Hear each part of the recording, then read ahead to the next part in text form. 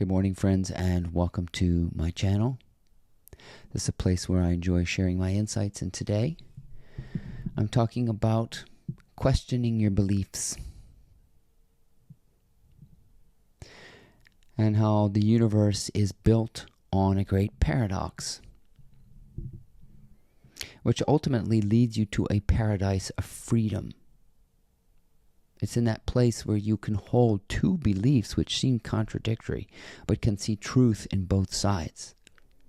It's an incredibly liberating thing to free yourself from the restrictions of any belief whatsoever, and see the truth on so-called both sides.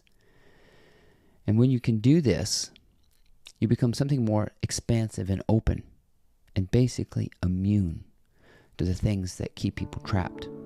So stick around, and we're going to talk about questioning beliefs. I believe it was Shakespeare who said, "All is true." I think he was going to call Hamlet that. But Shakespeare was completely enlightened. I mean, you can tell he understood, and you can get to the point where all is true. And how do we do that? We must understand what definitions are made of. In the political climate, Republicans are defined by Democrats. There are no Republicans unless you have Democrats. The rich are defined by the poor. There are no rich people without poor people. North is defined by the South. But in the great paradox of the universe, North and South are one. It's a negative polarity that we live in, where there are all insides and outsides. There are no insides without outsides. So you can transcend the idea that you're standing on some kind of firm, defined ground about something called myself. And we learn this in our upbringing. We are defined by other people. We take it upon ourselves when somebody calls us an idiot. But you have to understand that this goes on into adulthood. You try to pep yourself up. That's a good one. These are implicit ways of bolstering up the individual self. Like if you can do it. Oh, yes, I can do it. And so we encourage ourselves with affirmation, which only accentuates this hidden belief that I cannot do it. You can do it means I can't. Or I can do all things through Christ who strengthens me. That means I can't do anything because I have to find this thing called Christ. You see? So I'm going to go around looking for this thing called Christ. And when I find it, I'm going to do all things. And still, if I find this thing called Christ, if I jump off of a building thinking I can fly, I'm going to fall on my face. So I can't do all things. I can't fly. I can't break natural law. I can't escape the body. You're stuck in a paradox. And you know you're stuck in a paradox because you can hold two beliefs about yourself. You can see both sides of the argument. I can see the truth in what the Republicans say, and I can say truth in what the Democrats say. They both have valid arguments.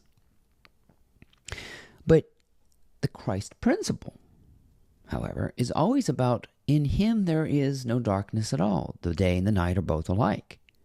The Buddha said there are no lines in the sky. There are no directions in the sky.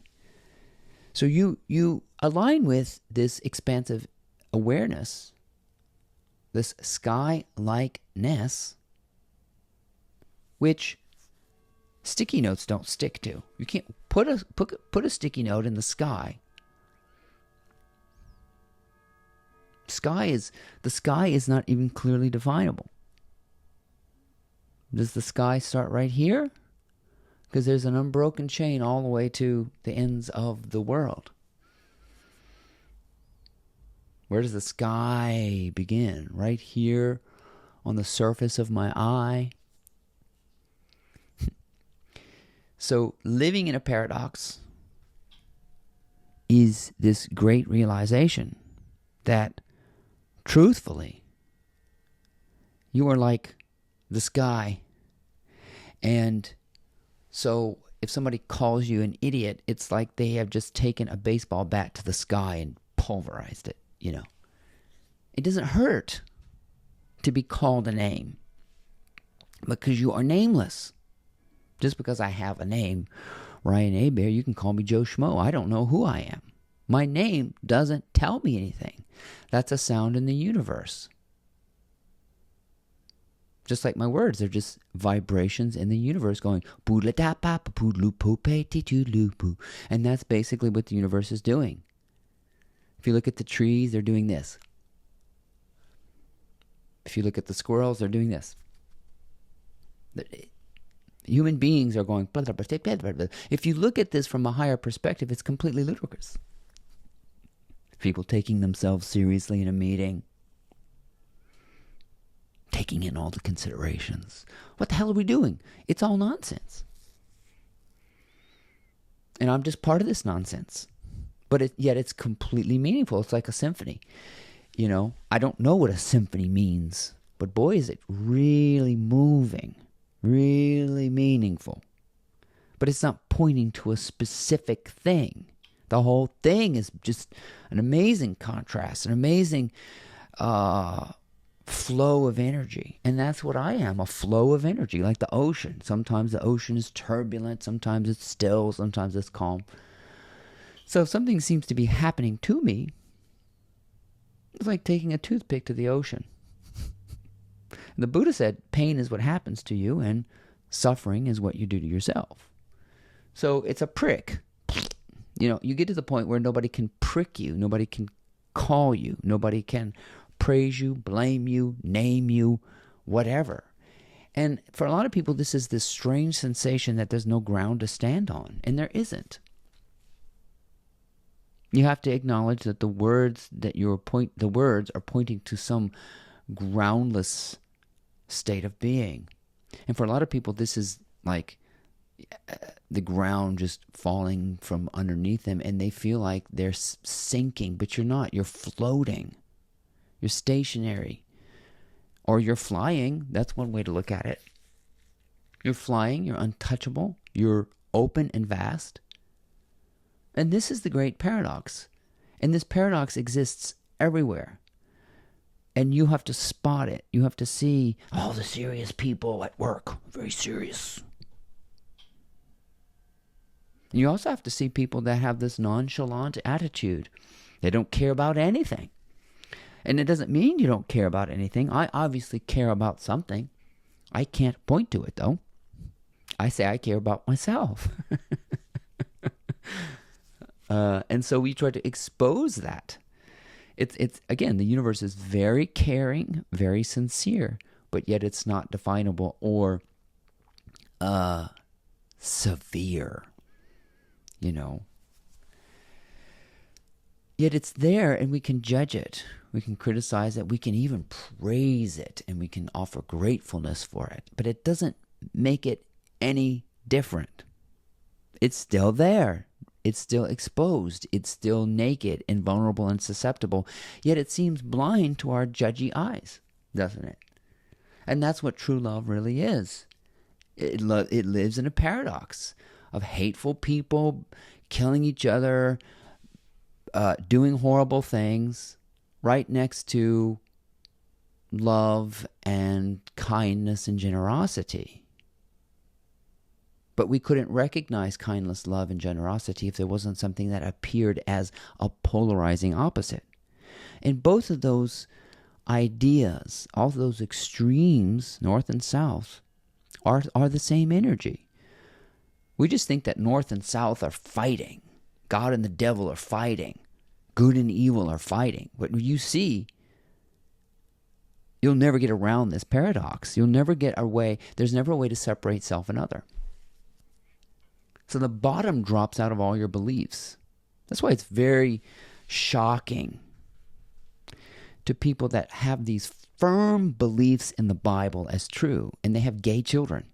That's why this is so, I think it's funny when evangelical pastors who preach the virtues of heterosexuality have flaming children. This is the great paradox right there.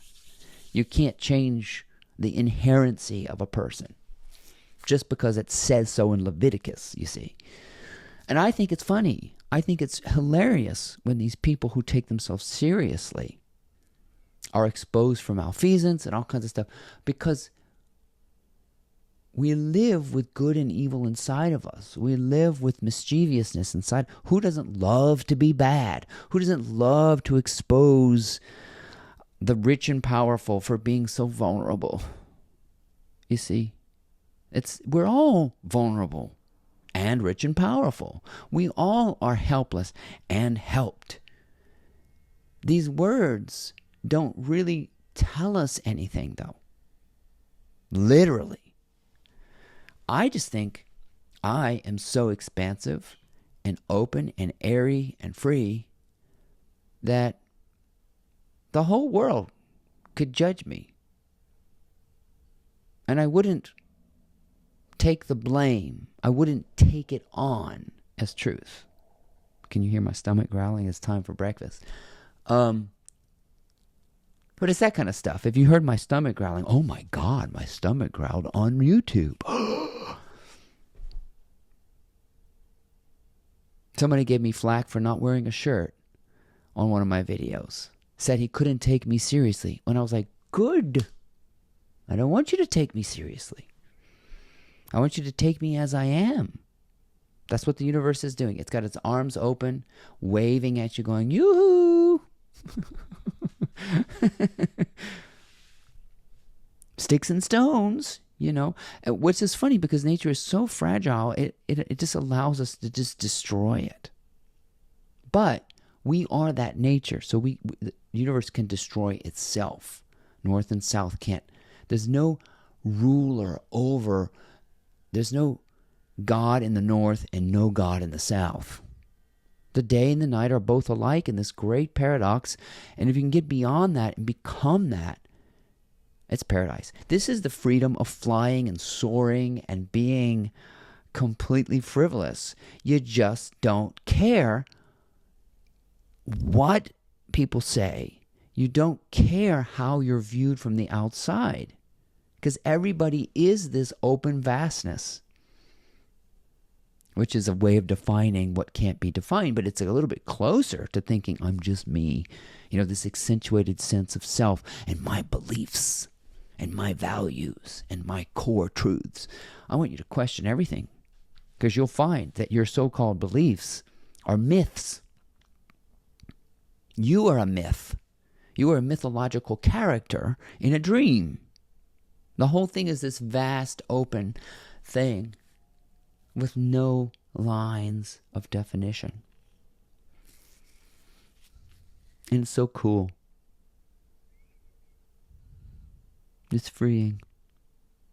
The whole bottom drops out. Let them call you a name. Let them judge you.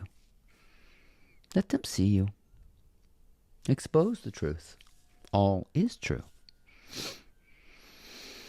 Recognize it in yourself, though. You can hold two beliefs, like you might be scared to death to do something, but you can do it anyway. That goes to show you how debilitating fear is. It's not. There's nothing preventing you. There's nothing keeping you safe. There's nothing provoking you. There's nothing dominating you. There's nothing defining you. There's nothing killing you. There's nothing keeping you alive. You see? That's paradise. There's no confrontation because you don't have clearly defined edges anymore. It comes right in. What are you afraid of? Who is your opponent, if not yourself? North and south meet. The day and the night are the same. No more arguing with yourself. You're free. You're free to express yourself, to be yourself. and existence becomes completely innocent.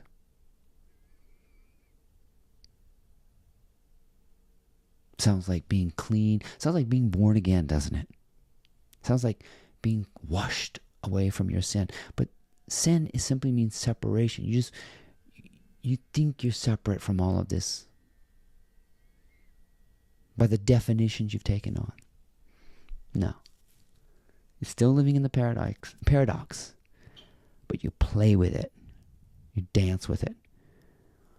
You just enjoy it because you're free falling, free floating, free to take it, free to dish it out. My name is Ryan Hebert. Thank you for watching. We'll see you next time. Please check out my blog, mymorningmotivator.com.